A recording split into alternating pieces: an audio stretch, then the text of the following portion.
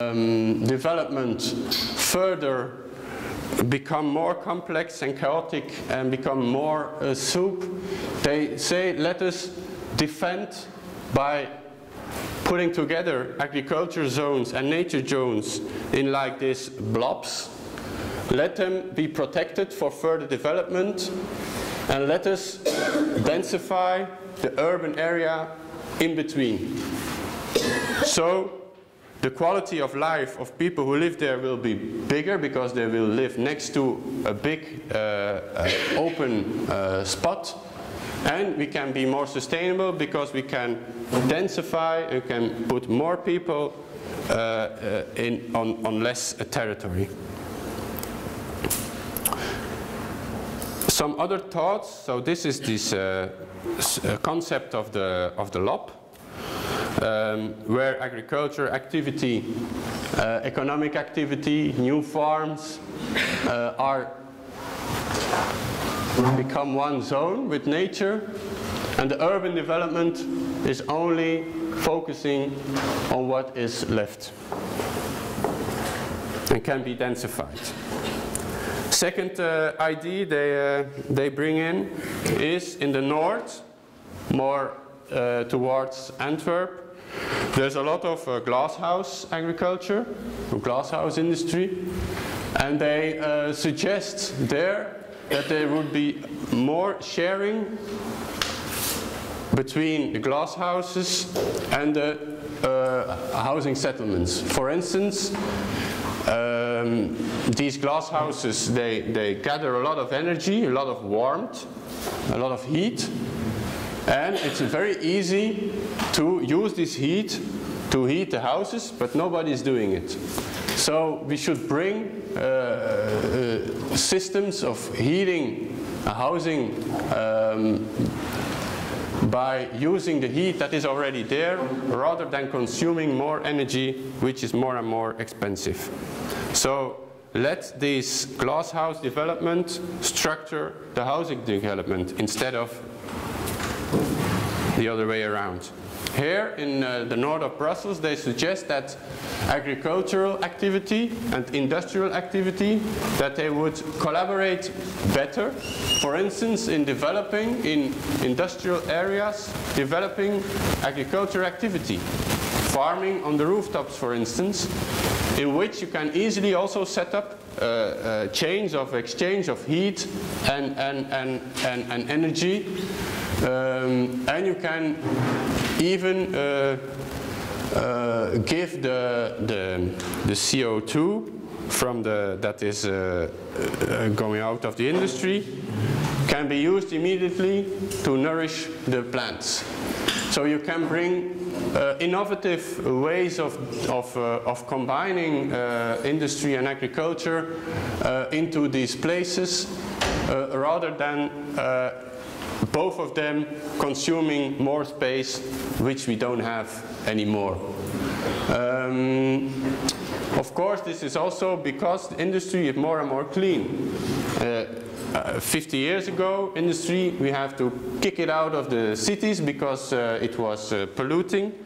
And more industry is clean and can be combined with other functions. We ourselves, yeah, but it's okay. It's okay. I'm almost there. But just our architecture workroom as a think tank, we developed also one concept for the whole of the region.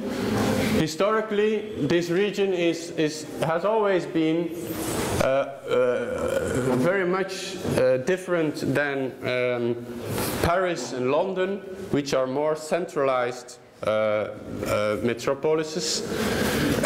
We are a network of small, middle scale and some bigger cities who were related to each other by commercial network. So depending on each other also.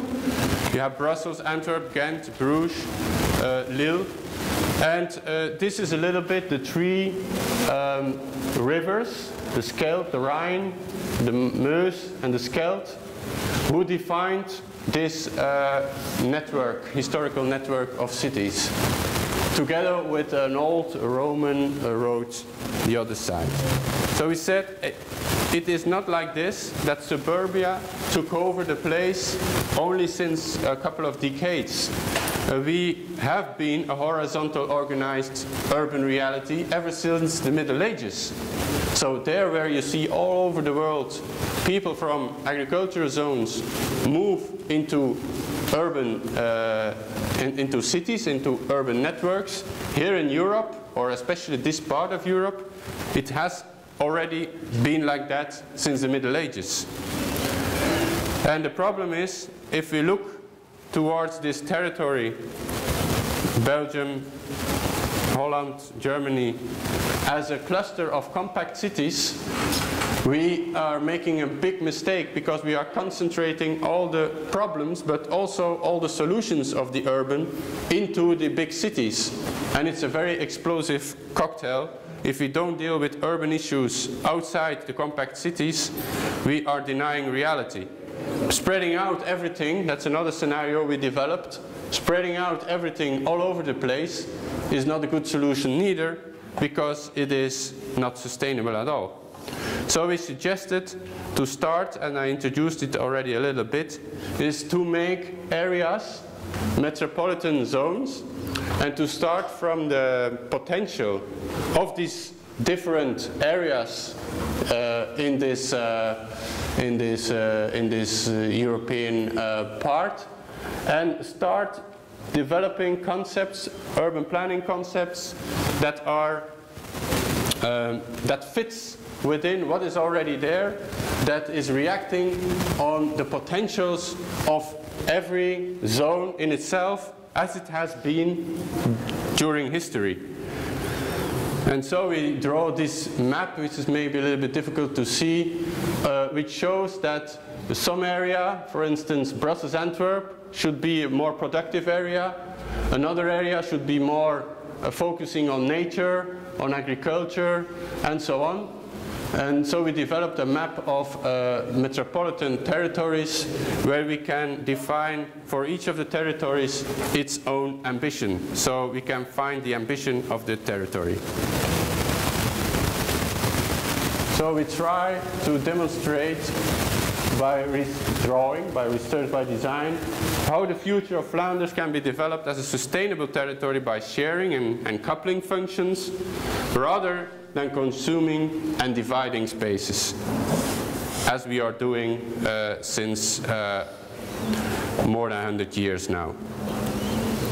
So instead of planning like this, one thing next to the other, we should more plan like this and combine things, couple things, let housing use heat that is produced by industry, couple things, and it means that this dispersed area that seemed to be very unsustainable in the beginning could become more sustainable, exactly because everything is so mixed and everything is a mess. You can more easily couple things and and create win-win situations in this field.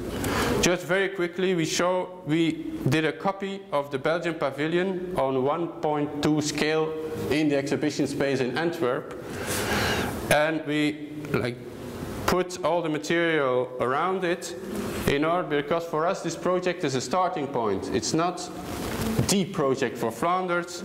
It's an invitation to you, to everybody, to start thinking about this territory and to find concepts and solutions for the future. So we put inside the Belgian pavilion model on 1.2 scale in Antwerp, we put tables, and we started inviting students, experts, policymakers to come into this pavilion and debate about these topics, which ended up in a design agenda for Flanders based on all these topics that I have been outing during this presentation. So I suggest, that's it, I suggest that I give the task for the workshop. I explain that to the separate groups in order that we can now move on and don't lose ourselves in an infeasible schedule. So half of the group, I don't know if the group is already divided. Yes, it is. A and B are going on the tour of the villages, C and D stay here. Okay.